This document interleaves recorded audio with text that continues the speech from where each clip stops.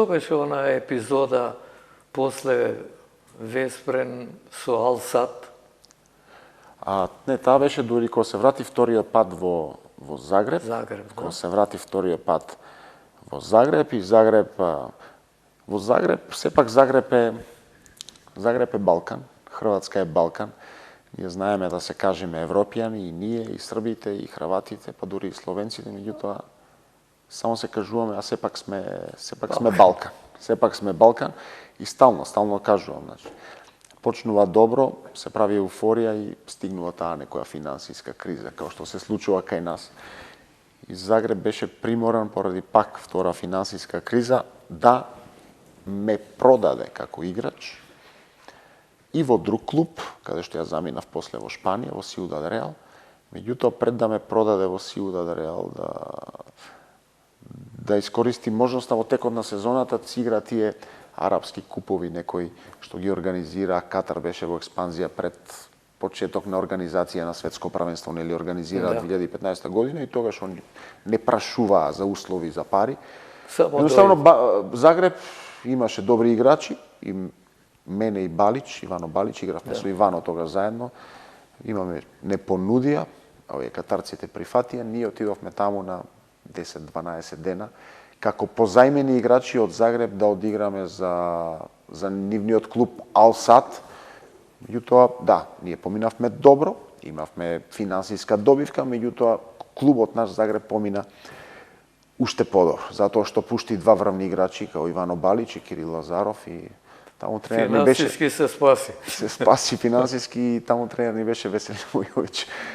Тие 10 до 12 дена имавме добар резултат. Игравме финале со Сиудад Реал на тој куп што се одржуваше. Таму постигнав 14 голови во тоа финале и Талан Душебаев загриза. За мене и тогаш. И така се случи таа работа, иако клубот Загреб инсистираше да ме продаде во Германија, не прифатив. Мојата желба беше пошто се збореше, ракометот во Шпанија беше, тога земаше замав. Сиудад Реал беше константен европски шампион, во 4 години 3 пати беше, и така. Тоа ми беше еден голем предизвик. Ако веќе морам да одам, да додам во Шпанија. Не сакам Германија. И имињата се звучни, Атлетико, например, на времето. Да не зборам за Реал, дека Реал немаше ракомет, ама... Реал Мадрид немаше секција ракомет, од ден денес имаше, ама не беше на тоа ниво кој една Барселона, кој Сиудат Реал, како овие другите што беа. И ти во Мадрид, таму по две имиња, прво Сиудат Реал беше, па потоа Атлетико Мадрид, или го вика и така и вака? Не, ние Сиудат Реал беше клубот, меѓутоа после Атлетико Мадрид влезе као спонзор на клубот и го зема името на Сиудад Реал, ние се преселивме во Мадрид, така да истиот клуб се работи, само со различни имиња. Истакнувам и во мојата биографија, ако до тогаш имам кажано, ако до тогаш мислев дека знам ракомет, кога стигнав во Шпанија под палката на Талан Душебаев, видов дека ствари не знам ништо, и не треба човек во животот да мисли дека знае све и дека има научено све, секогаш може и повеќе и поквалитетно. И едноставно таму доживеа втората младост. Отидов со 2010 со 30 години, веќе овде во Македонија некои ме отпишуваа, велеа доста направи многу, и сами спомнавте 2009 светското првенство, светски рекорд, доста е супер, направи многу. Меѓутоа стварно доживеав втора спортска младост. Спортска младост, едноставно Талан Душебаев и Сиудад Реал ми ги разбудија новите некои, како да кажам, спортски сетила и ми перспективи дека може многу подобро, дека има подобри стратегии, дека има подобри системи кои што веќе функционираат, а кои што искрено јас бев противник со нив како играч на Загреб и на Веспрем, и ретко да ги победевме. Тешко ги победувавме, сме се спремале многу, нема шанси. И кога отидов таму, уствари открив зашто не сме можеле да ги победиме. И си викам, џабе ти било и спремање, и дигање тегови, и трчање, и тренирање. Кога некогаш не е и све во тоа, треба малце и да имаш квалитетен систем, тој систем да се надоградува, да убациш нешто ново, да и бидеш иницијатор, да едноставно нова идеја. нова идеја и таму, баш поради 3 години во Мадрид. Баш, ама еве и шпанците до ден денес, значи они, како да ви кажам, и во фудбалот, и во ракометот, и во кошарката, значи стварно се доминантни. Во игриве се... Во игриве се оние, во сите игри, да. До ден денес, значи има нешто друго кај нив. И во машка и во женска конкуренција, што е интересно. Чудно, да. Ако некого треба да копираме и да земаме работи, тоа се они. Шпанците. Ти 3 години во Мадрид, но не ја напушташ Шпанија, одиш во Каталуња, во Барселона, исто така Шпанија.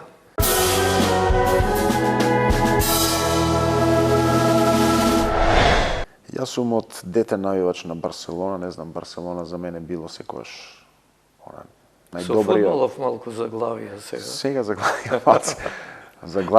Заглавени се, да, меѓутоа Барселона као име и као спортски колектив секогаш ми бил желба, уште кога дете имам кажувано, меѓутоа пак истата приказна, Атлетико Мадрид, распаѓање, знам дека еден момент, а се заљубив и во градот и во клубот и стварно функциониравме. Зборам за Сиудат Реал Атлетико Мадрид, као фамилија, таква добра атмосфера, така се привикна и фамилијата на животот и во Сиудат Реал и во Мадрид, едноставно клубовите од каде што морав да заминав, не сакав да си одам. Не сакав да си одам ниту од Загреб, ниту од Веспрем, ниту од Мадрид и од Сиудат. Реално тоа ситуацијата те наведуваше така. Барселона ја искористи приликата, Ласло Наджи во тој момент замина за се врати, тој е унгарец, замина за Веспрем, се отвори место на позиција десен бек, едноставно и јас и Барселона ја искористивме таа шанса, како би се рекло. И тие да добијат со тебе, и јас со нив, што сум посакувал цел живот да бидам дел од спортското друштво во Барселона, така да. Добри 7 години. Ти отиде во 2013, а 2015 ја освоивте Лигата на шампионите. Ајде малку за тие моменти. Па да, јас кога потпишав за Барселона, значи тие беа 2 мега трансфери, заедно во иста година потпиша и Никола Карабатис, за мене најдобриот ракометар на сите времења, кој ќе се земе комплетно све и со освојување на титули, начин на игра, константност последните 20 години, значи машинерија од човек, машина. И така, тоа беше тие 2 трансфери и со самите тие 2 трансфери Барселона беше промовиран кандидат за шампион во наредните години. И еден, морам да ви кажам, еден од најтешките порази клубски во мојата кариера беше првата година Барселона, стигнавме до Final Four, полуфинале со Фленсбург. Ние веќе промовирани шампиони затоа што имавме страшна екипа со Штербик, со Шарич, со Хуанин, Виктор Томас. Уште што не почнавте да славите. Да, Рутенка и ова, и ние 54-та минута водиме полуфинале, 6 разлика со Фленсбург и напад за 7 со човек повеќе. И за 5 минути ја прокоцкуваме предноста и завршува нерешено. Играме 2 продужеци, завршува нерешено и губиме на пенали.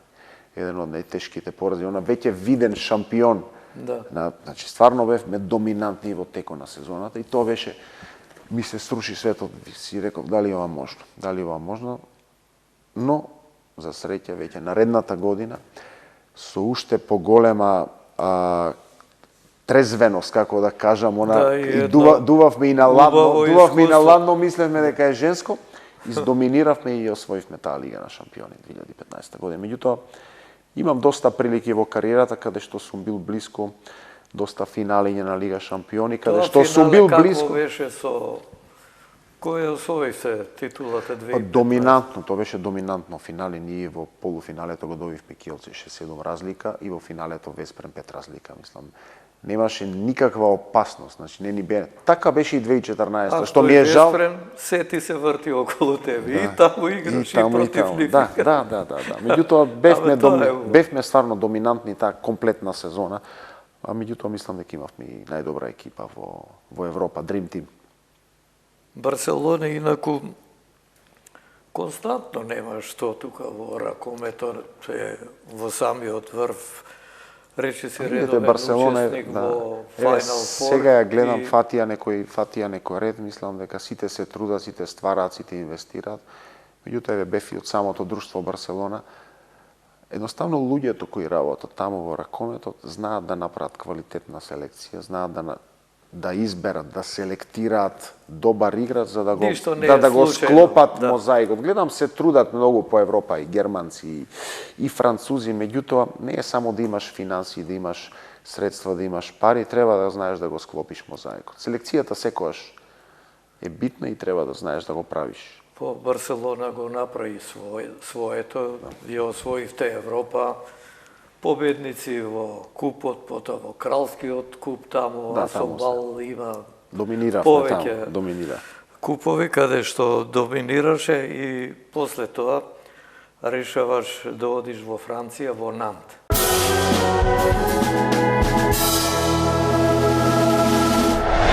Малку чудно ни падна. Од Шпанија, не сте единствени. Сега Нант. Не сте единствени, па тоа беше. Знаете како што кажав и за другите клубови, не ми се одеше воопшто од Барселона. Значи, сакав да останам таму што подолго и останав 4 години, што не е малце. Јас бев во едни веќе зрели години, каде што правилата непишани во таа институција не дозволуваат играч колку и да е квалитетен и здрав и генетски, да има генетика, се знаат. Може да се прави исклучок, меѓутоа тоа е кратко. Не ми се одеше и едноставно тоа бев доведен и во разговор со тренерот и со претседателот на клубот. Ми кажа, окей, све супер, задоволно и коректно и односено све. Меѓутоа едноставно треба да ја напуштиш. Се чувствував добро, физички бев добар. 2017 година, пред да напуштам Барселона летото, бев најдобар стрелец на светското првенство за Македонија. Во Франција што се играше. 50 голови таму. Така беше, 50, да, 50. И тоа беше јануар и французите пројавија голем интерес, иако Зоки да ти кажам, неав ни на крај памет да играм во француско првенство. Бев спремен повеќе да отидам во Германија, која што не ја посакував, дури бев помлад, но не и во Франција. Меѓутоа, знаете како е, некојаш не можете да правите вие тоа што сакате, едноставно така се случуваат работите. Условите диктираат друго нешто. Да, знам дека мојот менаџер во тоа време ми кажа, има заинтересиран Нант од Франција, кој што нешто имаше, одеше према напред, меѓутоа не беше тоа клубот со традиција као Монпелиер, као ПСЖ и така натаму, реков, ајде да видиме, меѓутоа она првично немав никаква намера. И после некое време, која видов колку они беа сигурни и колку ме посакува на различни начини, не само од финансиска природа, едноставно реков, да, тоа е за мене. И еден клуб во пораст, веќе беа близко до Лигата на шампионите, континуирано, меѓутоа французите еве ги запознав и како луѓе, и како народ, и како држава, кај нив се оди со стратегија, не им се брза, поставуваат цели, пополека ги исполнуваат, за разлика од нас кои што сакаме побрзо да направиме нешто на превара. Го менуваме тренерот, купуваме друг играч. Да, и они си имаат стратегија и они се држат на таа стратегија, исто тоа го презентираат транспарентно и пред нивните партнери, пред нивните спонзори, и тоа е така една организирано и ми се допадна. Ми се допадна и искрено да ви кажам, не зажалив што отидов. Научив нова култура, нова држава, па и они со шпанците се едни од најдоминантните спортски држави во изминатите 2 децении. Меѓутоа, шпанците доминираат со интелигенција и со стратегија, овие доминираат со физикус. Значи, ако во нешто се добри, физичка спрема, уште од мали нозе, цврсти, затоа кај нив и рагбито е еден од најумилените спортови. Шпанците па го немаат толку. Шпанците играат више на оние на ситни фори, а овие се доминантни. Така да во мојата кариера пројдов доста школи и мислам дека добро ми дојде, што се надевам дека веќе користам, али ќе искористаме во мојата нова кариера во спортската. Стварно се држави за вака да ги пофалиш, она како спортски држави кои што веќе доминираат последните две децении. Семејството како се снаоѓаше во сите овие минувања, пременувања, земји, клубови и така? Семејството ме поддржуваше секаде и сум благодарен, поготоа на Лана ќерка и Благојче, Лана синот. син, да. И Колку години се само? 14 и 16. Ќерката е 14, а Благојче е 16. Тие со спортов сега. Они се почнати, ќерката е добра гимнастичарка и се надпреваруваше во Франција, сега кога дојдовме во Македонија немавме за жал услови овде каде квалитетна гимнастика не продолжи. Тоа е проблемот во нашата држава каде што и некој да е талентиран не може да се. Нема за развој. Добро, а синот играше ракомет, беше добар, талентиран. Меѓутоа се случи една работа што ја почитувам многу од негова страна, ми рече јас сакам да се откажам. Вика, супер ми е све, се тренирам, сакам да се откажам од ракомет. Зошто? Вика, колку и да сум добар, нема да бидам добар како тебе, а тој ќе ми ствара притисок, ќе се посветам на учењето. Вака размислив 3-4 дена размислив и не сум како другите родители и му ја прифатив неговата одлука, не сакав да го терам на сила, меѓутоа гледате едно дете кое што како резонира, школото добро му оди.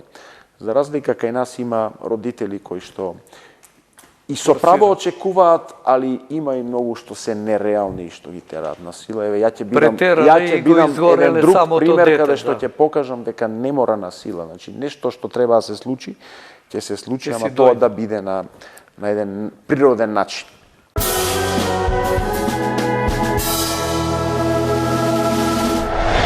Се враќаме повторно на ракометот, репрезентативната кариера. Рековме, испуштена шанса беше млад да настапиш во Мерано на Европското првенство 2007 или 2008, односно 1997-98, затоа настапи на светското сениорско, го спомнавме и него. Потоа доаѓа една пауза од 10 години и тука мало разочарување кај публиката македонска, навивачите на ракомет. Кога ќе стигнеме на голема приредба и ете стигнавме 2009 во Хрватска на светското првенство. И таму одигравме одлично, особено во првиот круг. И сега така флеш да не ги пренесеш тие случувања со репрезентацијата од тоа светско првенство. Ќе пробам кратко редоследно да пробам да затоа што сум долго време во македонската репрезентација од 97 година. Многу е. За рачунање многу ќе ни треба дигитрон. Не, флеш вака. Флеш. 99-та бев многу разочаран. Дете амбициозен, таков сум и ден денес. Можда и неправедно, што не ме зема 98-ма. Тогаш беше Ванчо Јовановски. Да, селектор. Другар на мојот татко и он игра заедно во Вардар. И Славе Атанасовски, така беше. Да, Славе Атанасовски, Чаве Атанасовски. И они ја водеа во Мерано, не ме зема. И со право не ме зема, немав доволно квалитет, затоа што имаше двајца. Чаве, па затоа те носеше, ми се чини, во Израел. Во Израел 94-та, да. Европското, да. Али имаше поквалитетни играчи од мене. И Мандич беше поквалитетен и Новокмет. Но 99-та веќе се ја тебелирав и играв во Пелистер добро, игравме европски купови, така да не на сила, него природно си дојде и заиграв на тоа светско првенство, добив и минутажа. Зборот ми беше, ние во Македонија имаме проблем со квалитетна стратегија, ги пофали французите за квалитетна стратегија. Рековте 10 години имавме пост.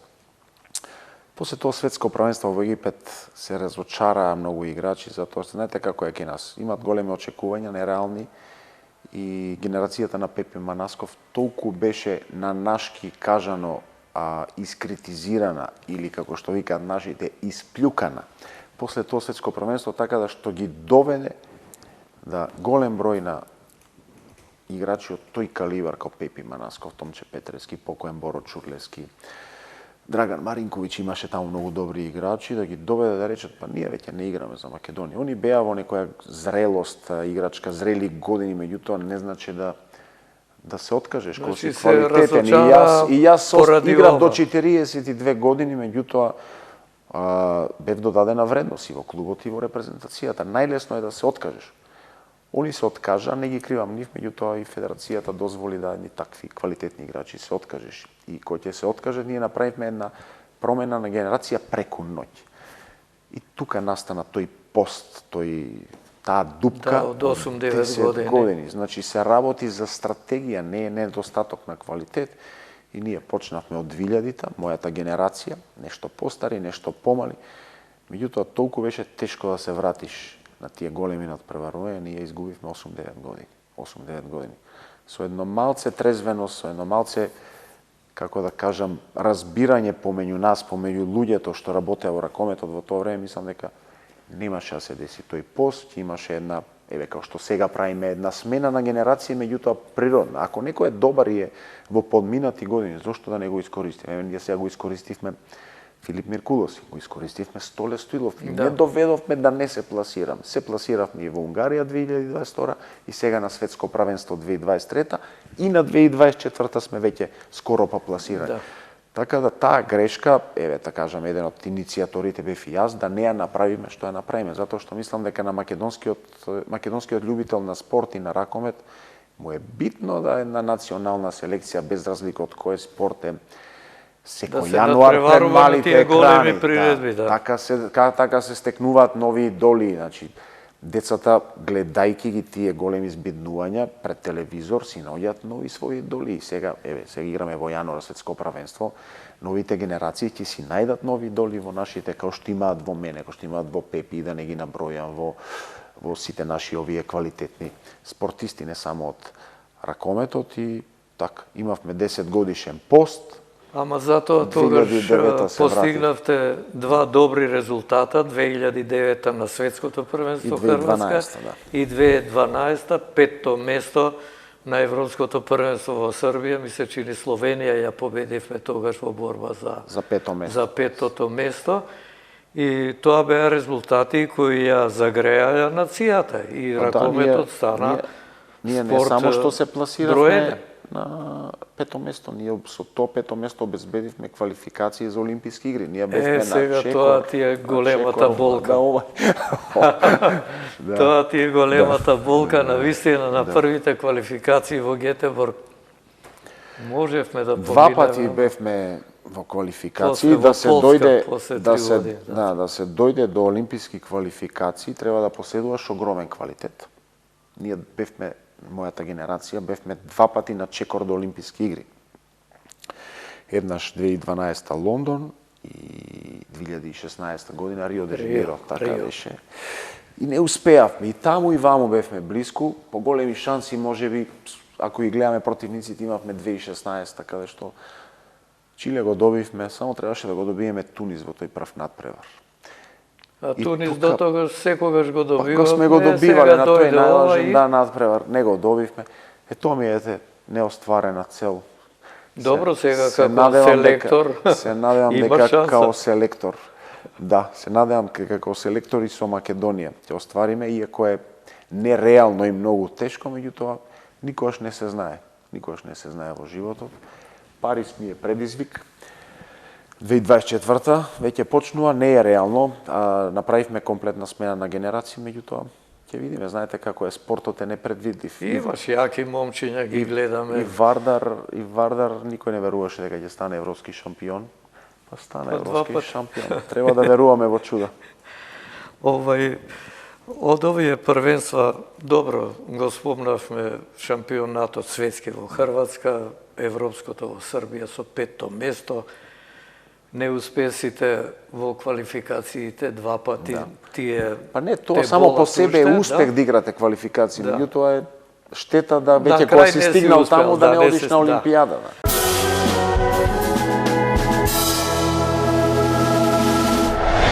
И од овие другите првенства, вака кое ти останало во сеќавање? Секое првенство е приказно за себе. Ми се чини 15 настапи на европски и светски првенства заедно. Секое првенство е приказно за себе. Јас сум стварно горд што ете и као капитен, што успеавме да задржиме континуитет на надпреварување. Од 2012, ние бевме и 2013, 2014, 2015, 2016. Значи, ние сме стално присутни на големи надпреварување, што не е воопшто лесно, кој ќе направиме една компарација со нашиот Балкан, кој што го зборевме. Мислам дека сме најуспешни во континуитет заедно со хрватите и еве, уште сме присутни на таа сцена. Се надевам дека и ќе останеме, тоа ни е целта, меѓутоа потајно, полека како што ќе поминува време, ќе посакуваме да направиме еден квалитетен резултат. Да те прашам нешто. Селекторите се менуваа често. Беше обрван, ми се чини немаш високо мислење за него. Беше Лино Червар, за него имаш. Имам, да. Раул Гонзалес, и во книгата пишуваш дека во малиот прст му е ракометот. Ракометот, така. Сега кажи ми за нив тројца која е разликата и што е, за да знаеме што му треба на еден селектор. Еве, ти го имаш тоа искуство и сега врз база на тоа ќе може и ти да се поставиш во репрезентацијата. Видите, ние да имавме... видиш дали како Лино, дали како Раул, не знам, тоа ти си знаеш. Ние треба да сме горди затоа што од самостојањето на Македонија сме имале квалитетни, екстра квалитетни селектори, тоест тренери како селектори во нашата Македонија.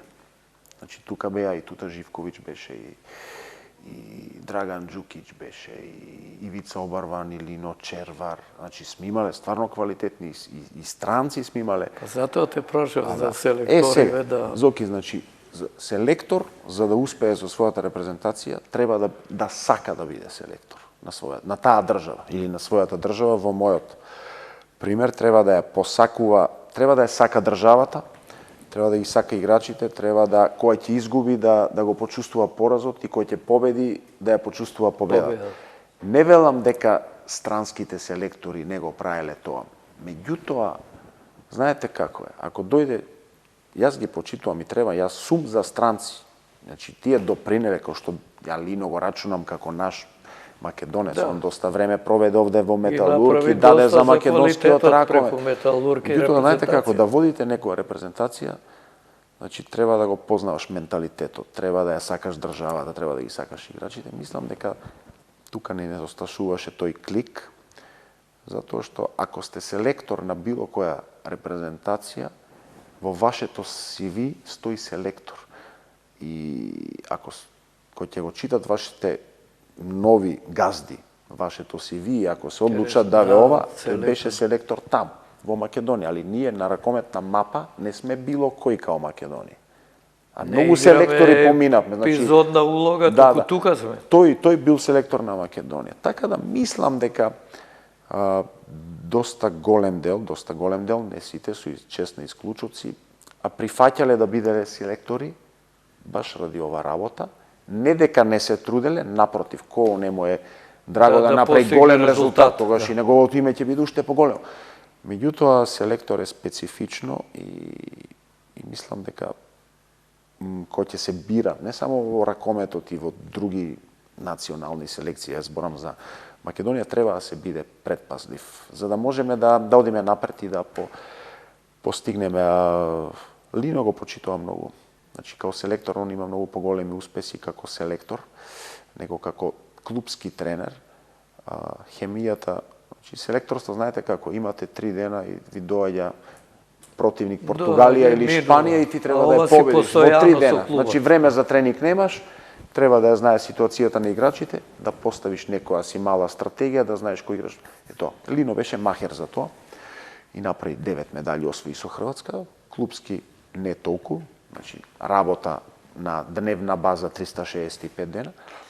Раул знае многу и мислам дека ако сакаше, ја мислам да останеше Раул дека можевме да направиме поголеми работи, меѓутоа он доби повик од Париз и кога се одлучуваше меѓу Париз, ПСЖ и Македонија. Да.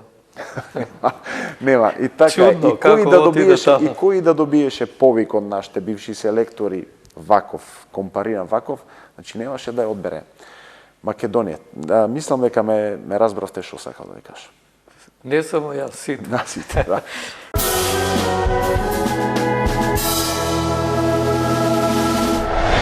Сега си тренер на Алкалоите, имаш млада екипа, надежна, добро газите во лигава и мислам дека тоа е добро баш поради она што го кажуваше пред малку за селекторот. Селекторот 3, 5, 7 дена е со репрезентацијата, а тренерот е цела година.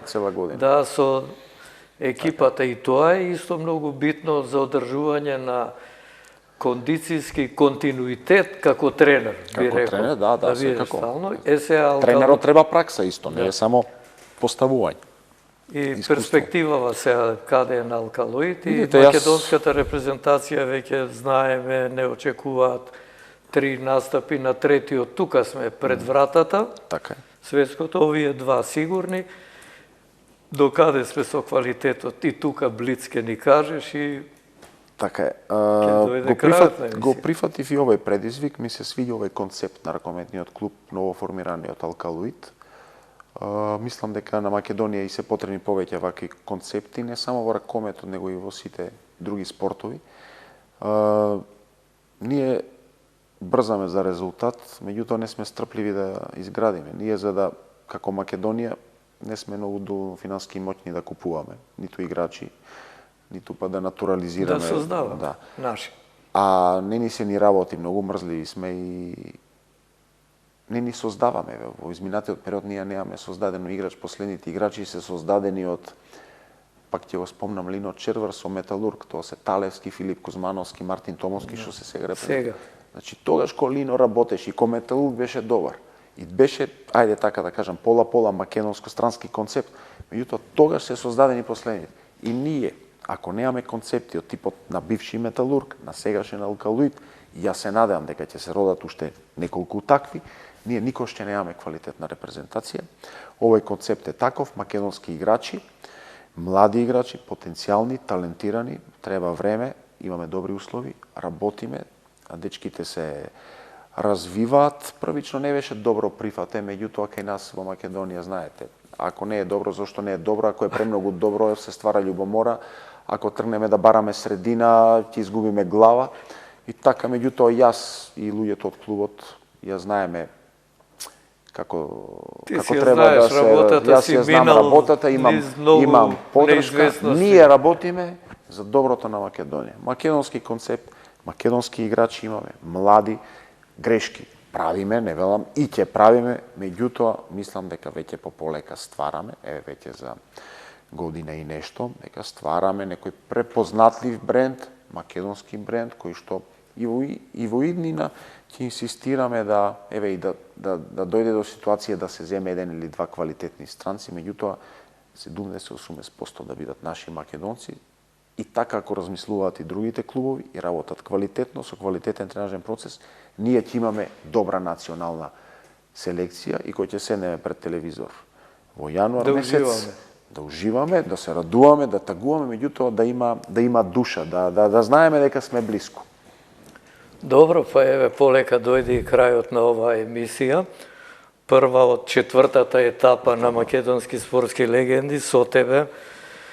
Разговаравме и сега и ден денеска на сите нам ни е жал за неучеството на Олимпиадите, за двете испуштени шанси, па еве тука си, репрезентацијата ти е тука, она што не го оствари како играч, да го оствариш како селектор, тоа е моето посакување, и посакување сигурно на сета наша, не само ракометна туку, севкупно спортска јавност, а мене ми беше задоволство еве што разговарав со тебе на времето, ги коментирав уште како млад кога беше твоите настапи тука во Македонија. Па се сеќавам и на Лемго кој ти го спомена и тој надпревар го коментира шкембарите. Не можеа на крајот да се помират со тоа што во последните 10 секунди беше изгубена шанса за финале, меѓутоа таков е спортот и треба да бидеме трпеливи, да создаваме и посакувам само да ти дозволат да работиш, бидејќи знаеш да работиш онака како што ти сметаш, зашто ако има мешање од таму, од вамо, знаеме што ќе излезе од таа работа. Па единствено на крајот благодарам уште еднаш и препорачувам на младите, има една книга што излезе неодамна, Секогаш на победа, така е насловот. Да. Инсистирав на тој наслов да биде така. Автобиографска на Кирил Лазаров, да видат како се станува шампионски играч. Сега посакувам шампионот да создаде нови шампиони од овие млади момци што ги имаме. Кире, ти благодарам. Ви благодарам и вас, ми беше чест и задоволство и ви посакувам да сте живи и здрави и да имате уште многу вакви емисии со наши сегашни и идни легенди што треба да ги створим. Па дај Боже да ве испратам и на Олимпијада. На Олимпијада, да, ќе дојде и тој ден. Добро, благодарам уште еднаш.